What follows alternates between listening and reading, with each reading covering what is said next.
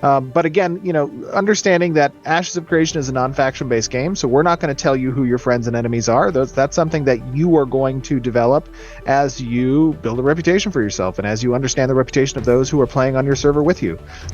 We build our systems to accommodate that. We incorporate it as part of our general design philosophy that we are helping to create spaces that are pseudo-faction, that give you an opportunity to align with different groups of people that might have competing interests, and that type of friction is what makes the game compelling and interesting.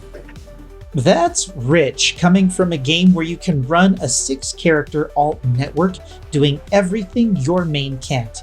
Brief caravans on one alt, spy on guilds with another, and stir up node politics from the shadows, while keeping your main character clean, respected, and conveniently uninvolved. Very key point here, though, is that, as Margaret said, initially these will be granted to all of your characters by mail. But the long-term functionality will be that you choose the character that these live on. And the reason for that is because we want to preserve the exclusivity of these cosmetics. Cosmetics are locked to one character because that's part of who you are, apparently, while everything else about your in-game identity is free to swap in between alts like spare gear. The game protects your outfit from being shared, but not your identity. That's not immersion. That's a costume party with extra steps, wrapped in a convenient excuse for a cosmetics cash shop built to sell exclusives. Reputation in Ashes isn't going to be a badge of honor. It's going to be a stage prop. Your main is the smiling, helpful face everyone trusts. Meanwhile, your alts are out there burning caravans, bleeding markets dry, and poking rival guilds until they snap.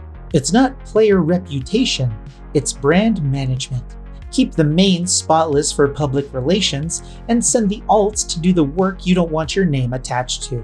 And when people start pointing fingers, they can't prove a thing. This isn't the kind of political intrigue Intrepid dreams about.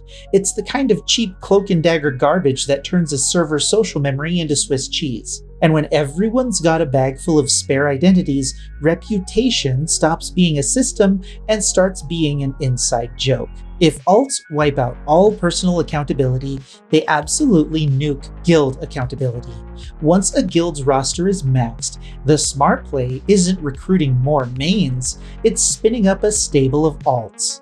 Suddenly, you've got entire guildless strike teams causing trouble with no visible connection to the banner they're actually serving. They can blockade a trade route, disrupt a node event, or ruin a city siege, and the victims have no idea which guild to retaliate against. It's the perfect smokescreen.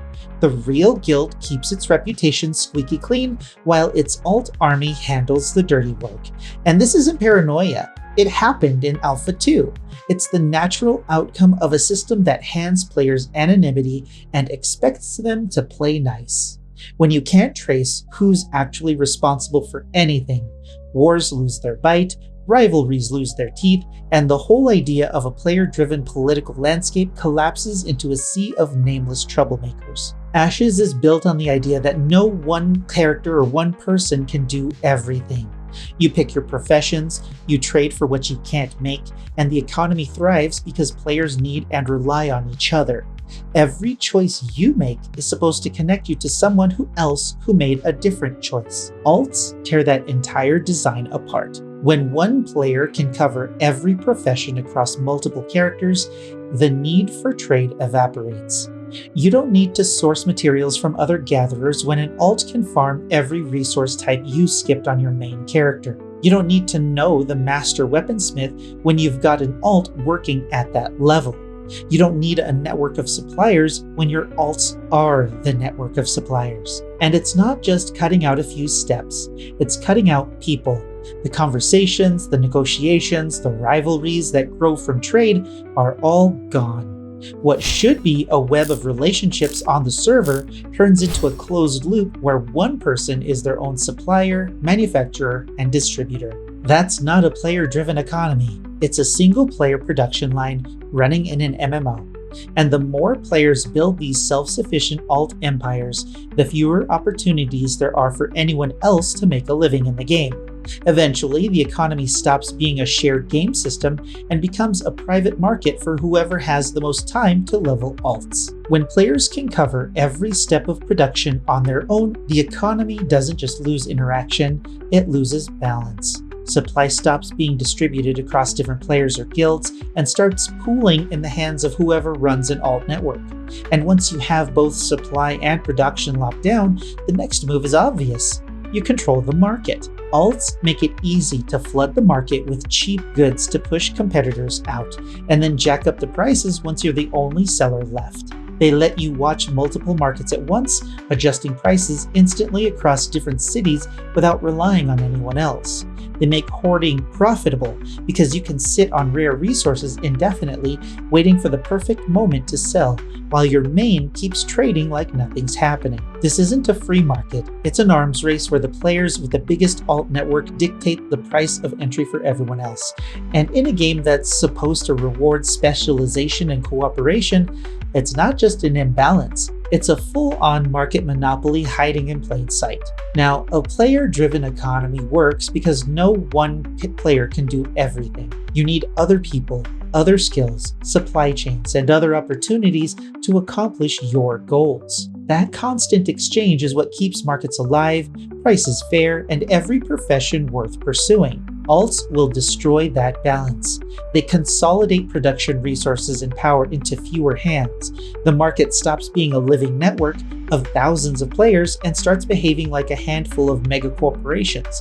Only these corporations don't have names you can hold accountable. When every major producer is their own supplier, distributor, and competitor, the economy isn't driven by players. It's throttled by a few of them. And the more self-sufficient these alt empires become, the fewer openings exist for new or casual players to take part in the market at all. Intrepid wants a thriving, interdependent economy, but you can't have that when the most efficient way to play is to cut other people out of it with alts. If the goal is a living, breathing world, then alts aren't just a side problem, they're a slow, silent collapse waiting to happen. Now, if you take alts out of the picture, the entire dynamic of Ashes changes. Suddenly, every choice matters because you only get one set of them. Every profession you skip is a profession you'll need to trade for. Every fight you pick carries your name. Every mistake you make follows you until you fix it, or people stop dealing with you. Guilds can't hide behind alt armies. If a guild wants to start a fight, they have to own it. If they want to influence the market, they have to do it in the open. Rivalries become clearer, politics becomes sharper, and victories mean more because everyone knows exactly who earned them. The economy stops being a closed loop for self-sufficient players and starts being a true network. Crafters, gatherers, and traders will actually start to depend on each other. Reputation comes from interaction, not from hiding the work behind a dozen anonymous side characters. In short, a single character rule would take Ashes from a game where anonymity is the default to a game where every name matters, and if the goal is really a living, player-driven world, this is the version that actually accomplishes that. Alts aren't a harmless convenience. They're a gaping plot hole in Intrepid's entire design philosophy.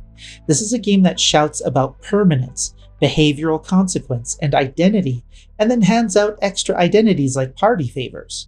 And once you can separate your reputation from your actions, everything built on that living world fantasy starts to rot. Rivalries turn into guessing games, the player-driven economy turns into a single-player activity, and the whole idea of meaningful interaction gets drowned in a sea of anonymous side characters. Ashes shouldn't provide an escape hatch for commitment. It needs to tie players to their choices for better or worse.